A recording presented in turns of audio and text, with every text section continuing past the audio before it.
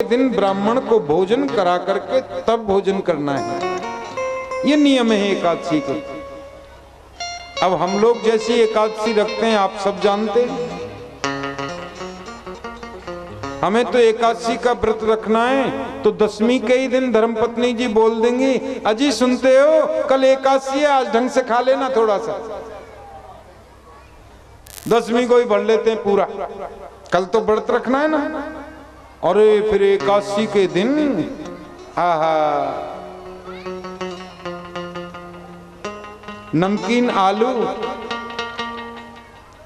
फिर आलू का हलवा, फिर वो कूटू बोलते हैं हमारे यहाँ, कूटू, कूटू की पकौड़ी, बादाम की चटनी, थोड़ा खोवा, रबड़ी, 2 गिलास दूध, 1 किलो सेब,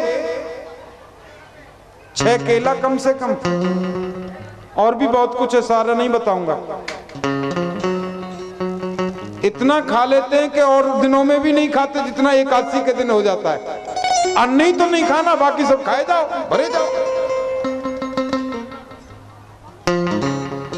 अब ऐसी एकादशी से भगवान मिलता है ये तो भगवान को ही पता होगा, लेकिन ऐसी एकादशी का फायदा कुछ नहीं है। एकादशी का व्रत तो बड़ी निष्ठा से रखना चाहिए।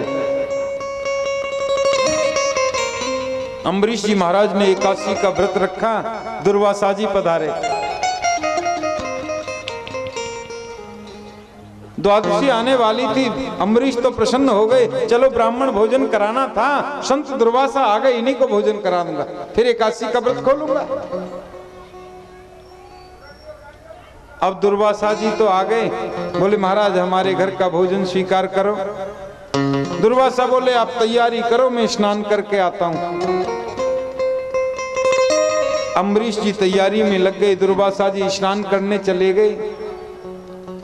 लेकिन समय मुहूर्त ऐसा था कि थोड़ी देर में द्वादशी पूर्ण होने वाली थी, त्रयोदशी लगने वाली थी। और एकादशी का नियम है कि द्वादशी में ही पालना होना चाहिए, त्रयोदशी लग गई तो व्रत खंडित हो जाएगा। लोगों ने कहा महाराज दुर्वासा जी तो आए नहीं, अब त्रयोदशी लगने वाली है, आपका तो व्रत खंडित हो जाएगा।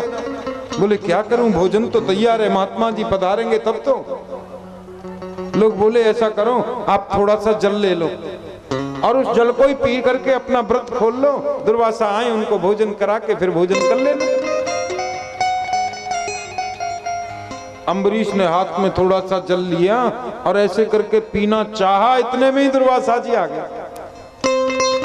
क्यों? ब्राह्मण को निमंत्रण देकर उसे भोजन कराने से पहले तूने पानी भी कैसे पिया? इतना क्रोध आया संत दुर्वासा को, अपने जटाओं में से एक बाल उखाड़ करके जमीन पर पटक दिया। कृत्या नाम की राक्षसी बन गई वो तो, अम्बरीश को मारने के लिए दौड़ पड़ी। और अम्बरीश हाथ जोड़कर खड़े हैं। भगवान का सुदर्शन चक्र है ना सेवा में, सुदर्शन चक्र ने कृत्या को जलाकर नष्ट कर दिया और दुर्वासा के पीछे पड़ लिए। अब तो महाराज आगे आगे दुर्वासा, पीछे पीछे सुदर्शन जी। सब देवताओं के पास में गए, कोई नहीं बचाता। ब्रह्मा जी के पास गए, मना कर दिया मैं नहीं बचा सकता।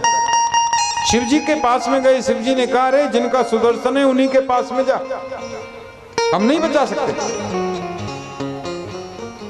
दौड़े दौड़े भगवान नारायण के पास में आए। दुर्वासा जी मेरी प्राण रक्षा करो प्रभु, आपका सुदर्शन मुझे जला करके नष्ट कर रहा है। भगवान ने कहा देखो मैं तो कुछ आपकी सुरक्षा कर नहीं सकता, रक्षा भी नहीं कर सकता, क्योंकि आजकल ये सुदर्शन है ना हमारी आज्ञा में नहीं है, ये हमने अम्बरीश के पास में, अम्बरीश की सेवा में छोड़ रखे हैं सुदर्शन जी। कि अहम भक्त पराधीनो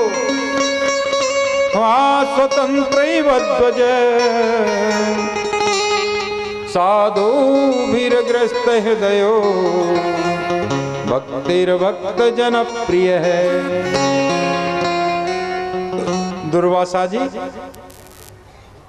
मैं तो भक्तों के पराधीन हूं। और एक बात बताओ, तुमने अपने आप को संत समझ लिया? मेरा अम्बरीश किसी संत से कम है क्या? तीनों लोकों में घूमो, कोई नहीं बचा सकता। कोई मेरा अपराध कर दे तो मैं क्षमा कर देता हूं, लेकिन कोई मेरे भक्त का अपराध कर दे तो मैं कभी क्षमा नहीं करता। जाओ अम्बरीश के पास, यदि अम्बरीश तुम्हें क्षमा कर दें तब तो ठीक है, नहीं तो कोई बचाने वाला नहीं। दुर्वासा जी अम्बरीश के पास में आए। अम्बरीश तो ऐसे हाथ में जल लेकर के खड़े हैं। जब तक दुर्वासा को भोजन नहीं करा लूंगा जल भी ग्रहण नहीं कर सकता। अम्बरीश के चरणों में लेट गए दुर्वासा जी, मेरे प्राणों को बचाओ, सुदर्शन से मना करो, मेरे पीछे पड़ा है। अम्बरीश ने दुर्वासा जी को उठाया, नहीं नहीं ऐसा नहीं करते महात्मा जी, बोलो पहले मेरी प्राण रक्षा करो। अम्बरीश ने दोनों हाथ जोड़ लिए, हे सुदर्शन देव, यदि मैंने जीवन में कभी संत और भगवंत में कोई अंतर नहीं समझा हो तो आप शांत होकर के वापस लौट जाइए।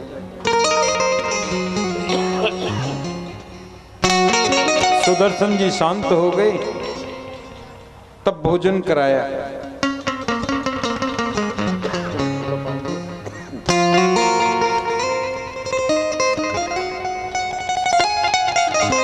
इसी वंश में